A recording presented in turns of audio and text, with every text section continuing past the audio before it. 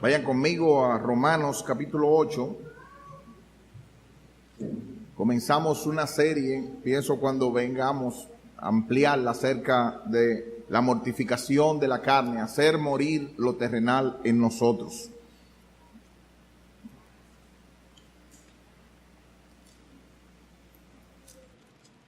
Romanos capítulo 8, todo el capítulo 8 está unido a todo esa idea de la ayuda por el Espíritu Santo. Así que vamos a tomar como base versículos 12 y 13. Romanos 8, 12 y 13. Romanos capítulo 8, versos 12 y 13. Así que, hermanos, deudores somos, no a la carne, para que vivamos conforme a la carne. Porque si vivís conforme a la carne, moriréis. Mas si por el Espíritu hacéis morir las obras de la carne, viviréis. Oremos.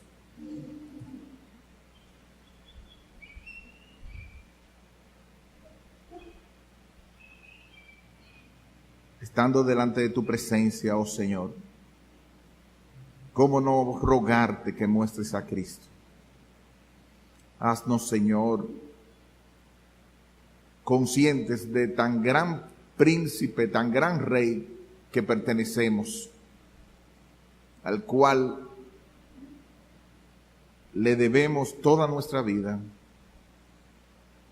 y que a través de él nosotros queremos hacer morir lo terrenal en nosotros. Haznos ver la belleza de Cristo y haznos ver la corrupción de nuestros propios pecados, para que aborreciéndolos corramos hacia Él. Gracias por tan gran sacrificio de mandar a tu Hijo unigénito, para que todo aquel que en Él cree no se pierda, mas tenga vida eterna. Ayúdanos, Padre Celestial, ayúdanos, haznos ver lo horrible de nuestro pecado, para que Cristo nos sea dulce.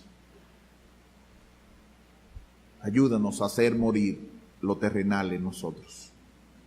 En el nombre de Jesús. Amén.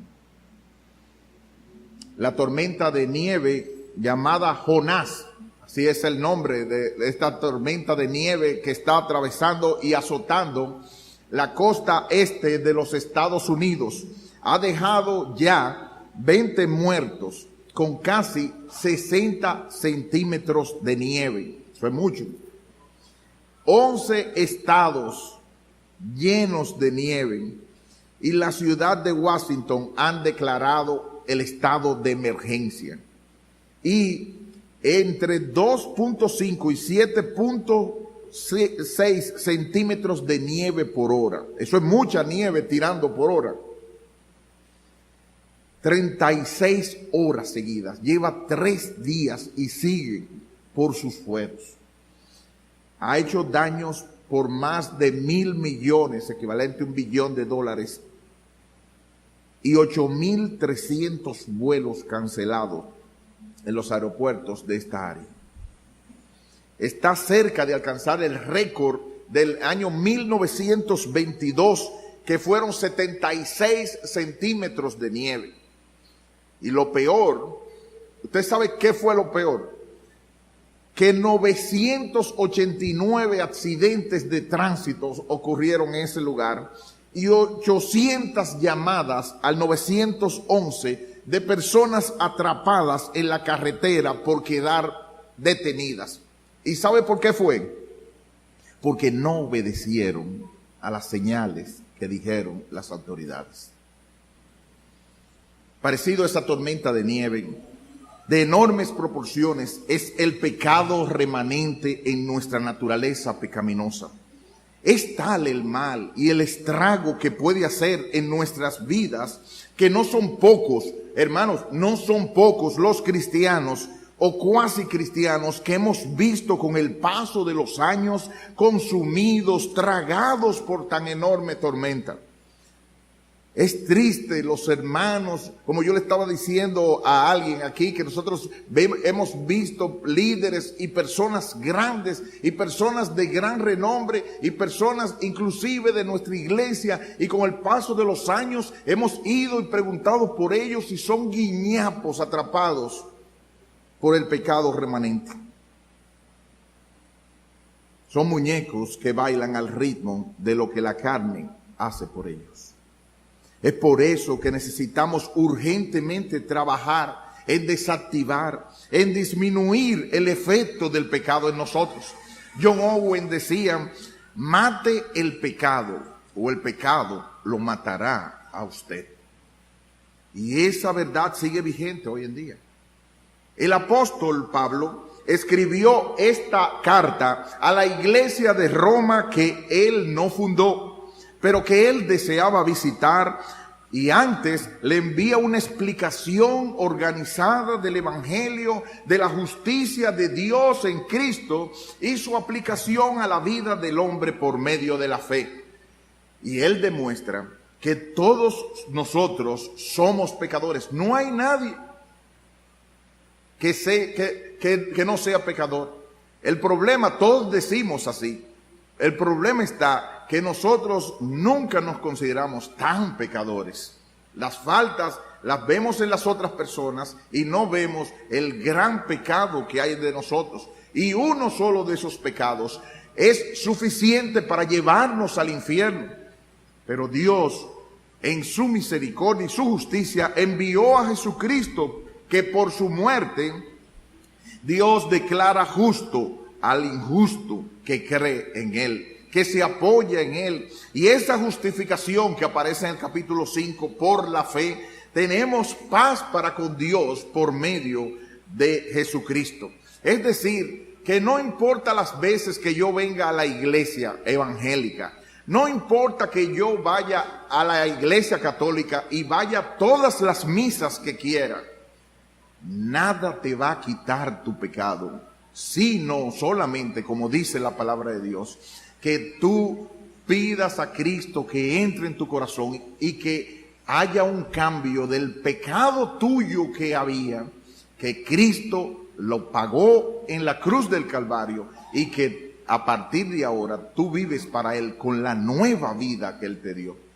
Hasta que no pase eso, no importa cuántas veces vengas a la iglesia, no importa cuántas veces tú ores, no importa cuántas horas santas te hagan, no importa cuántas misas vayas, como dice la Biblia, el pecado seguirá, aunque te laves con lejía, tu pecado permanecerá delante de Dios. Y la paga de ese pecado delante del juez justo va a implicar juicio. Así que, según los capítulos 6 al 8, y es el pasaje donde estamos leyendo, una persona transformada por la gracia y justificada por el Señor, esa persona muere al pecado y vive para Dios.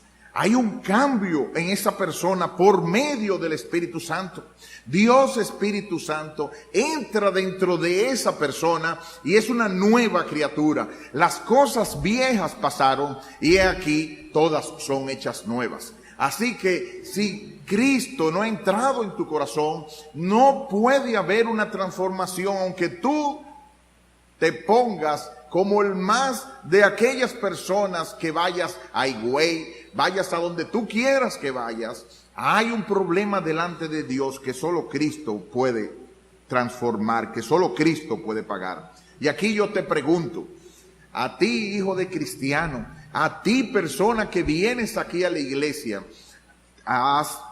¿estás seguro que tus pecados han sido perdonados y has sido declarado justo por haber depositado tu fe en el glorioso Señor y Salvador Jesucristo?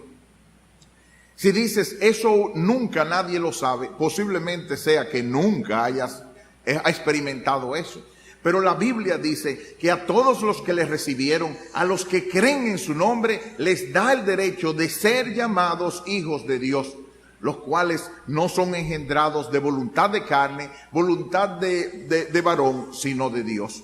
Así que ese cambio, de modo que si alguno está en Cristo es una nueva criatura, ese cambio de vida según los capítulos 6 al 8 y el pasaje que tenemos hoy es una transformación que hay en ese tipo de personas, y por eso es que no hay condenación para esas personas.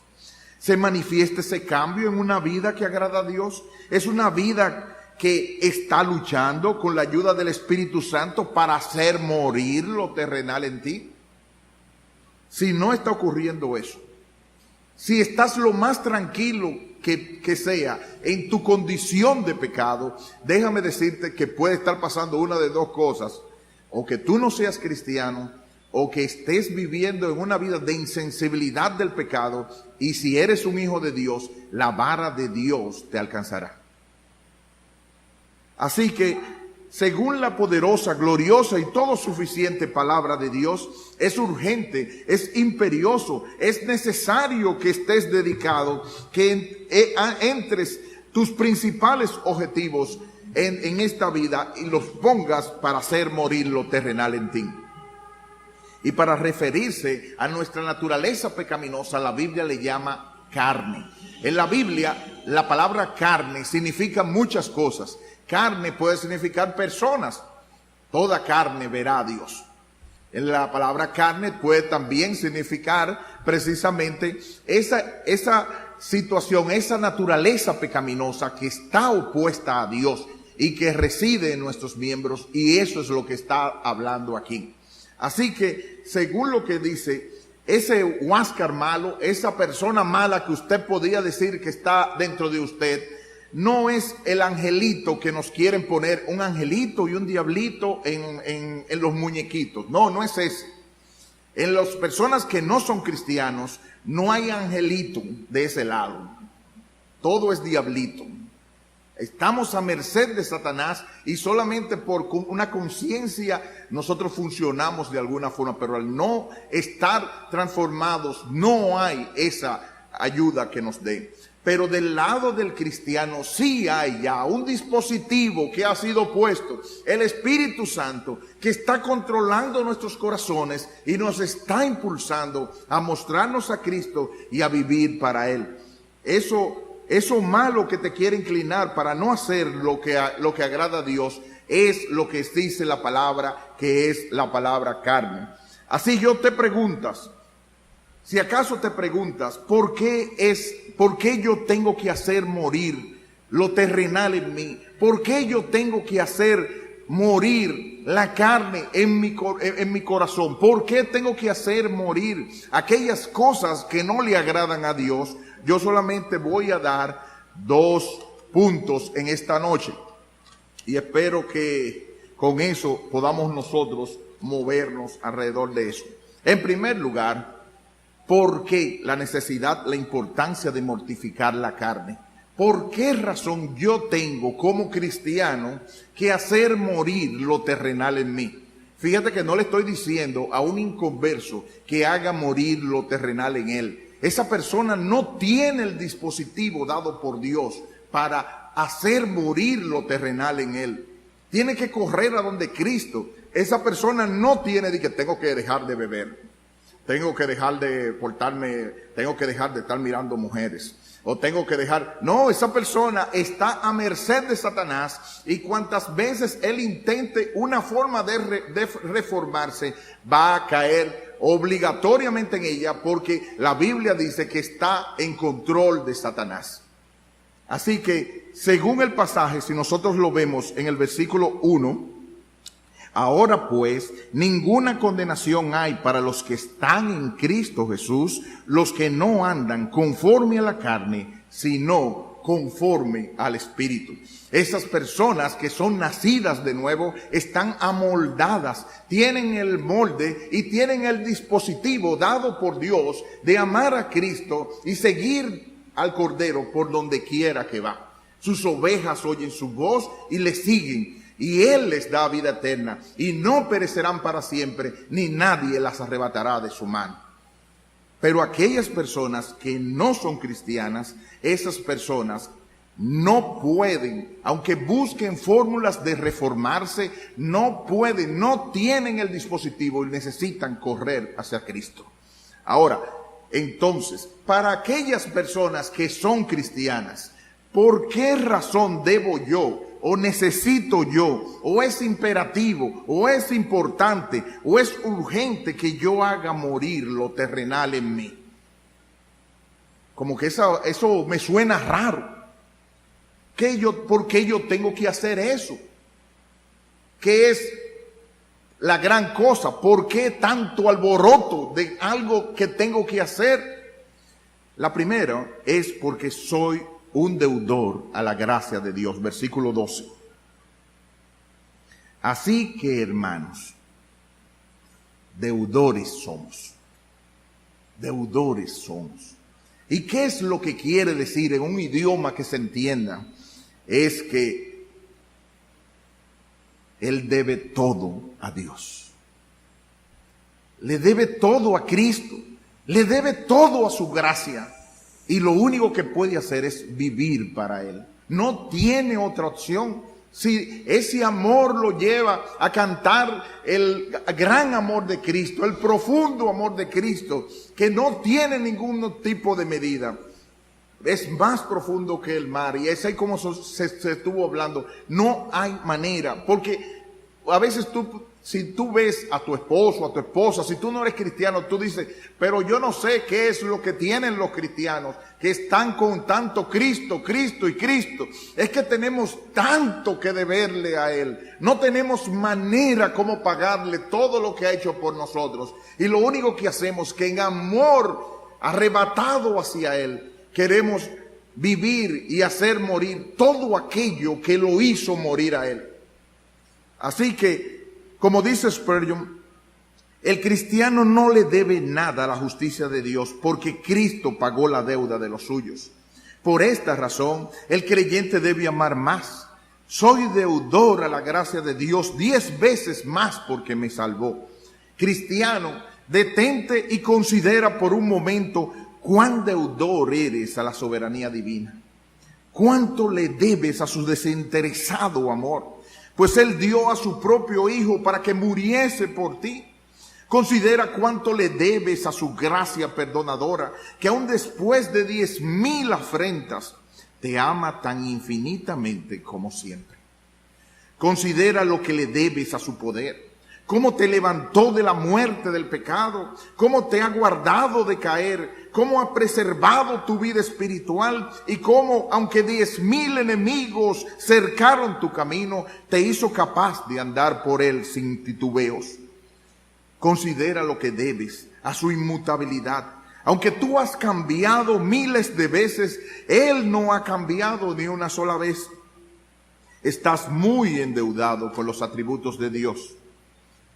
Te debes tú mismo a Dios y le debes todo lo que tienes.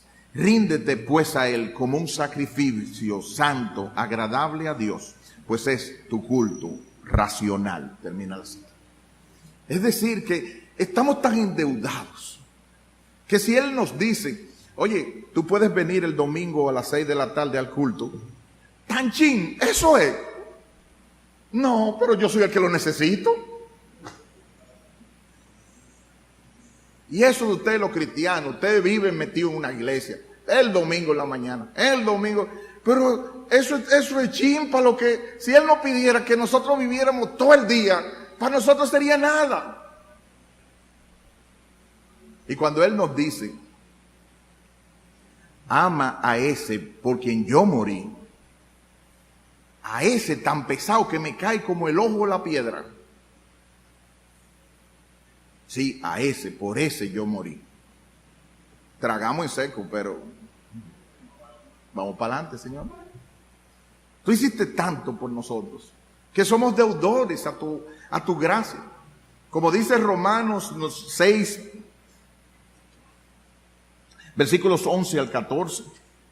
Así también vosotros considérense muertos al pecado, pero vivos para Dios en Cristo Jesús, Señor nuestro. No reine pues el pecado en vuestro cuerpo mortal, de modo que lo obedezcáis a sus concupiscencias. Ni tampoco presentéis vuestros miembros al pecado como instrumentos de iniquidad, sino presentaos vosotros mismos a Dios como vivos de entre los muertos, y vuestros miembros a Dios como instrumentos de justicia. Porque el pecado no se enseñoreará de vosotros, pues no estáis bajo la ley, sino bajo la gracia. Es decir, que ya no lo pertenecemos. Si tú lees todo el capítulo 6 y todo el capítulo 8, nos pertenecemos a Cristo, y por el gran amor que hizo por nosotros, no queremos pagarle la salvación, porque no hay manera de pagársela. Lo que queremos hacer es en gratitud, y cuando nos pide precisamente que si alguno quiere seguir en pos de mí, niéguese a sí mismo, tome su cruz cada día y sígale, nos pasa como la perla de gran precio. Que cuando en el capítulo 13 de Mateo nos dice que una persona encontró esa perla de gran precio como un mercader y vendió todo lo que tenía. Cristo nos pide todo, y es todo lo que tenemos que hacer. No me importa si la familia de Salas hace las cosas de la manera que se hace. Es una nueva criatura, y si Cristo lo pide, tragaré, pero lo haré. Por su gracia y su misericordia, porque ¿quién es suficiente por medio de él? Una de las cosas más difíciles, y eso va a ser una de las grandes misericordias mostradas en el cielo. ¿Cómo fue posible? ¿Cómo fue posible? Voy a coger cualquiera de los nombres de aquí y espero que ninguno se sienta mal. ¿Cómo fue posible que Dios pudo juntar al hermano Camarena y a mí con diferentes tipos de personalidades y pudiera juntarnos aquí en la iglesia y rescatarnos por gracia a los dos? No hay manera. Y lo último que dijo fue: Camarena y Huáscar, pónganse de acuerdo. Ya no hay más que hablar. Él fue el jefe que lo dijo. Somos deudores, y por eso todo lo que sea terrenal en nosotros tenemos que planificar asesinarlo, ahogarlo hasta que con desesperación siga pidiendo ayuda, y como un niño que le dé la última oportunidad, y nosotros lo ahogaremos, y al ratico y a los 5 minutos y a veces hasta no ha pasado todavía un solo día, y vuelve otra vez y despierta como un monstruo de tantas cabezas. Oh, el pecado tan grande. Pero debemos recordar, como dice 1 Corintios 6, 19 al 20.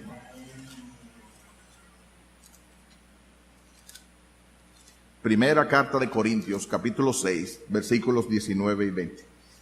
O ignoran, que quiere decir, ustedes saben que vuestro cuerpo es templo del Espíritu Santo, el cual está en ustedes, el cual tenéis de Dios, y que no sois vuestros, porque habéis sido comprados por precio. Glorificad pues a Dios en vuestro cuerpo y en vuestro espíritu, los cuales son de Dios. Oh, que no sois vuestros, que no me pertenece el último sueñito de las 5 ni de las 8 de la mañana. ¿Por qué me despiertan tan temprano a las 8 de la madrugada para yo ir a esa iglesia? Porque no sois vuestros. Porque no es lo que tú digas, porque no es lo que tú sientas, porque no es como tú te sientas, que no sois vuestros. Y aquel que dice, no se dejen de congregar, y aquel que dice, en base, hagan morir lo terrenal en usted, me dice que yo tengo que tratar de hacer lo que a él le agrada. Pertenecemos a otra persona, nos debemos a él, somos deudores. Todo es vuestro, y vosotros de Cristo, y Cristo de Dios. En el Valle de la Humillación, relata Bunyan en El Progreso del Peregrino, Cristiano se encuentra con su enemigo maligno, Apolión, que venía a su encuentro, y por no tener armadura en la espalda, le hizo arriesgarse y mantenerse firme. Apolión le ofrece, para no perderlo del dominio de la ciudad de destrucción de donde viene, todo lo bueno que su tierra maligna le ofrecía. El momento que decidimos seguir a Cristo, ahí vienen los amigos con trago y con toda la cosa buena. Mira, te conseguí esta oferta. Todo lo bueno. Y Cristiano le contesta, pero me he comprometido a servir a otro, a saber, el Rey de Reyes. ¿Cómo puedo irme contigo y ser honrado? Apolión contesta, los que le sirven a ese rey sufren y se vuelven a mí. Haz lo mismo y te irá bien.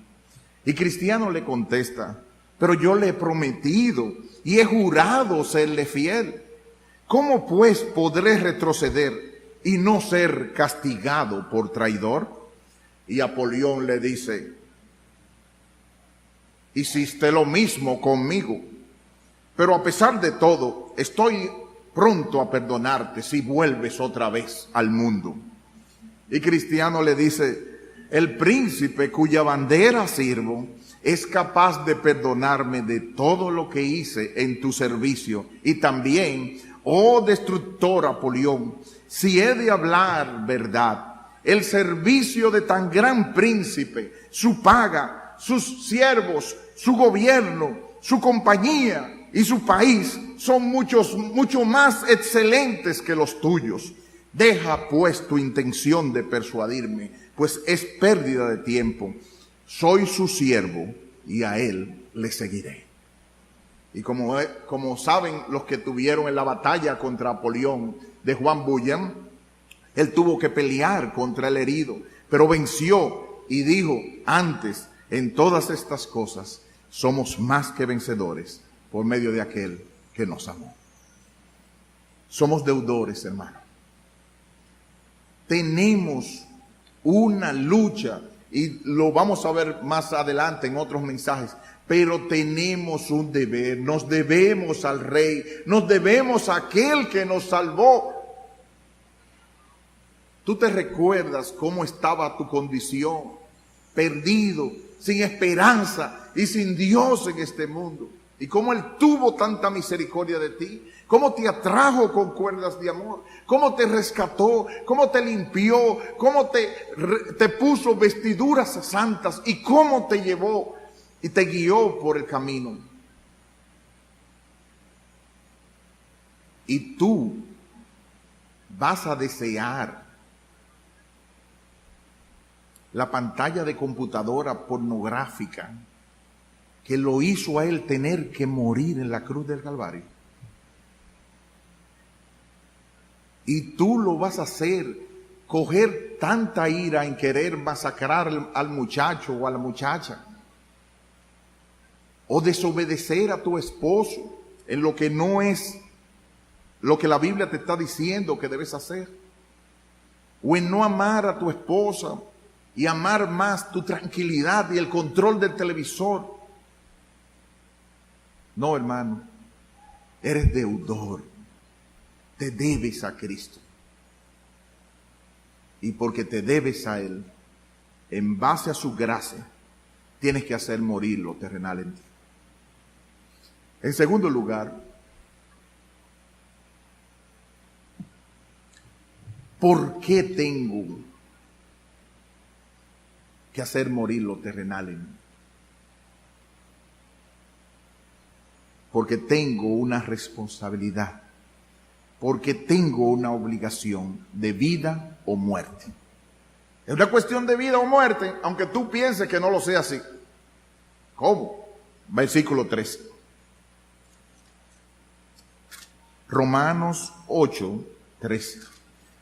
Vimos en primer lugar que es precisamente porque soy un deudor a la gracia de Dios, versículo 12. Y ahora en el versículo 13 nos dicen un detalle, porque si vivís conforme a la carne, moriréis. Así de trágico, así de dramático, así de lo que la palabra de Dios quiere decir. En la Biblia de las Américas dice, estáis a punto de morir. Y en otras traducciones lo presenta como definitivamente van a morir. La nueva versión y la nueva traducción viviente lo presentan como morirán. Y la traducción del lenguaje actual, morirán para siempre. ¿Cómo? Pero la salvación se pierde. Esto John Owen lo explicó y en resumida cuenta lo que quiere decir es que los que son verdaderamente cristianos, precisamente porque van a vivir para Dios, no van a morir. Pero los que no son de Dios van a demostrar sencillamente que lo que hicieron fue una apariencia de cristianismo y definitivamente se mostrará en muerte eterna. Hendriksen dice, nótese el agudo contraste. Los que viven según la norma de la carne están condenados a morir. Los que por medio del Espíritu están haciendo morir las vergonzosas obras de la carne, vivirán. Termina la cita. Es decir que tu vida espiritual demostrará quién tú eres por tu condición, como quieras hacer con este pasaje de la palabra de Dios. Si continúas en un estado así eterno, como si de verdad, por eso dice vivís, es una posición de no una visita de un día, sino de un hábito, demostrará condenación. Efesios 5, 3 al 5. Efesios 5, 3 al 5.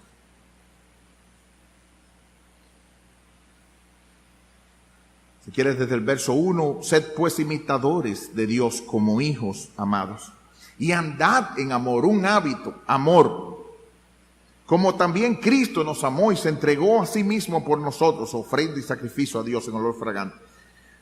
Pero fornicación, que ahí viene pornografía, y toda inmundicia o avaricia, ni aun se nombre entre vosotros como conviene a santos. Ni palabras deshonestas, incluyendo malas palabras, ni necedades, chistes de doble sentido, ni truhanerías, cosas que no convienen, sino antes bien acciones de gracias.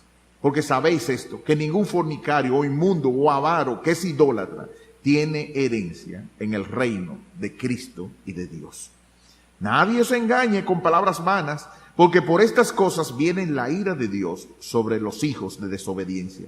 No seáis pues partícipes con ellos.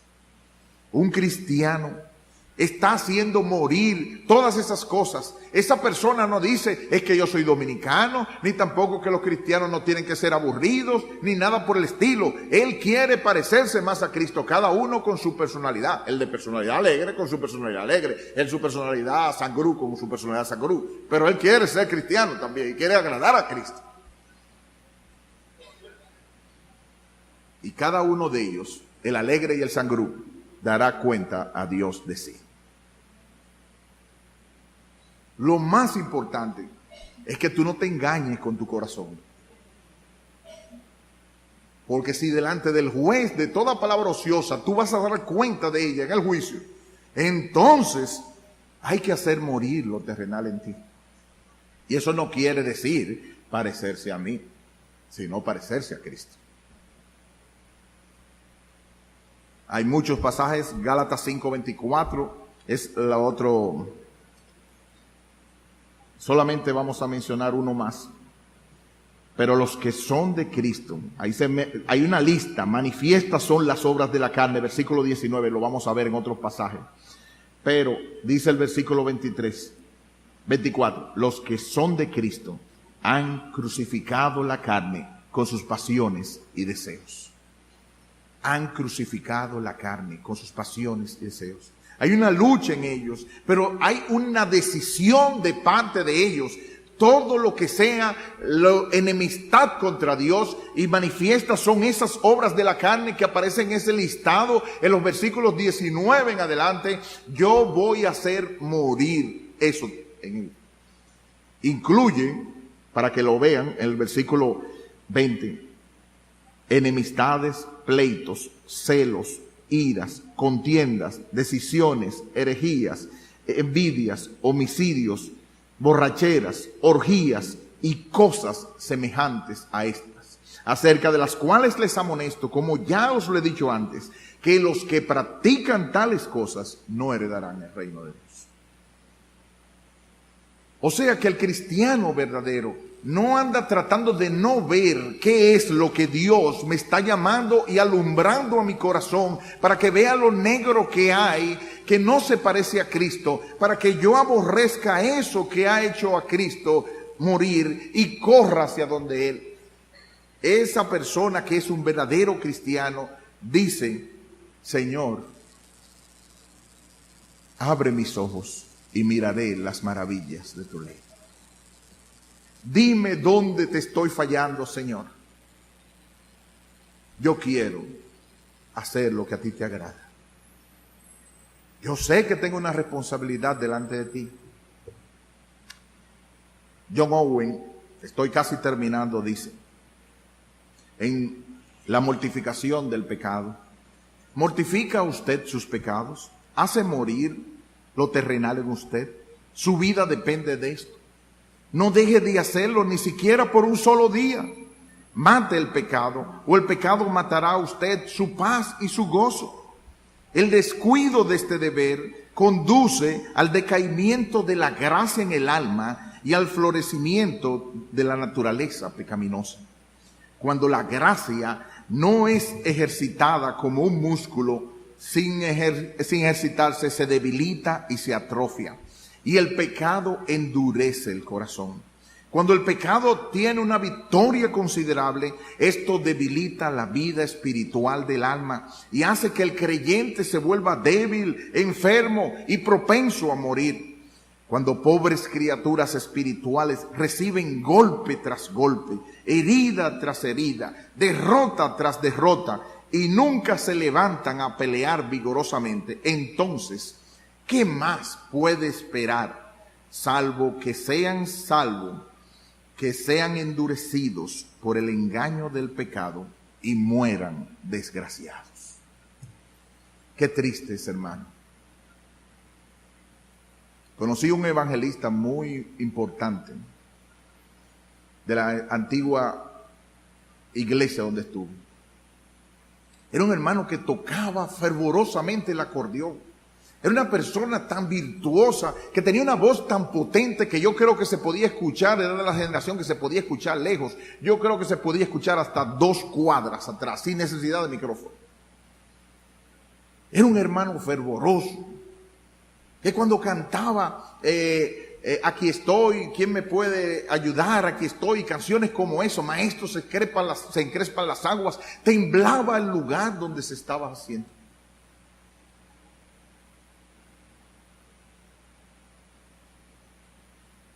No todas las circunstancias que pasan en la vida son necesariamente un castigo de Dios, no podemos jamás. Esa persona andaba con un motor y vendía chucherías, fantasías y cosas en el motor. Y cuando no había muchos carros, de una manera tan asombrosa que nosotros no podemos entender, murió por un accidente en el Puente Duarte. Y uno se preguntó, ¿y qué fue lo que pasó? ¿Por qué una vida tan preciosa fue cegada de una manera? No pasaron muchos años cuando nosotros vimos a su familia descalabrarse espiritualmente.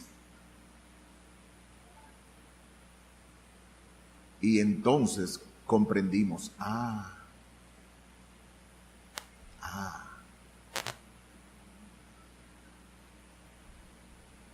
no quieras caer en manos de un Dios vivo. Con Dios no se juega. No juegues a cristiano. Aplicación. Considera cuánto debes a ese gran Dios.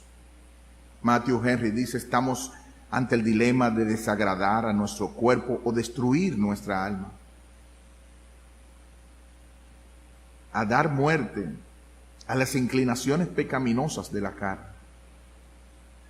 Consiste en apartar la vista, el oído, las manos, los pies de todo aquello que presta combustible a la pasión pecaminosa. Recuerda que todo eso se lo debes a Cristo. Termina así. Recuerda a quién le debes todo. Esos ojos no pueden seguir en la pantalla de computadora en lascivia pecaminosa. Son de Cristo. No tienes derecho a usarlos de esa manera.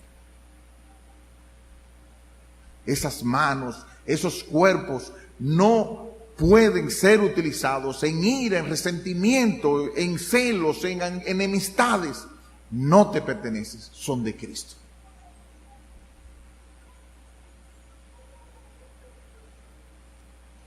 Segundo, ponte a pensar todo el mal que ha hecho el pecado en ti y en otros para tratar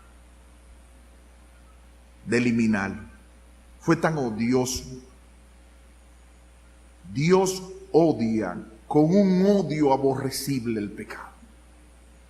Lo que te parece una indelicadeza le costó tal odio al Señor que tuvo que enviar a Jesucristo a morir en la cruz por eso. Y cuando estaba en su agonía más grande, decir: Dios mío, ¿por qué me has desamparado?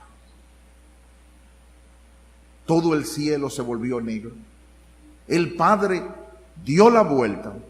No podía ver al que no conoció pecado. Dios lo hizo pecado por nosotros, para que nosotros fuésemos hechos justicia de Dios en él.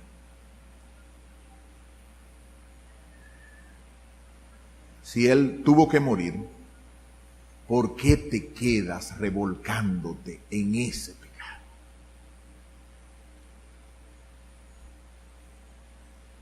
¿No ves los clavos que le hizo traspasar?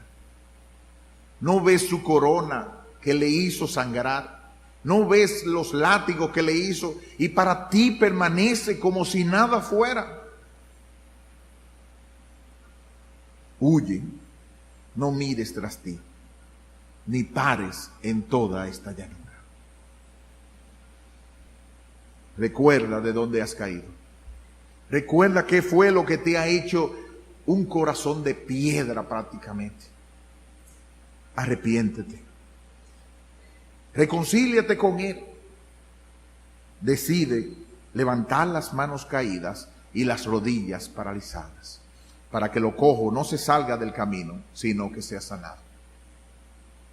No dejes que esa tormenta tan peligrosa de la naturaleza pecaminosa entre en tu cuerpo, peor que esa tormenta de nieve, y te enfríe hasta el nivel de los huesos, que hagas aborrecer y que hagas desobedecer al autor de la vida.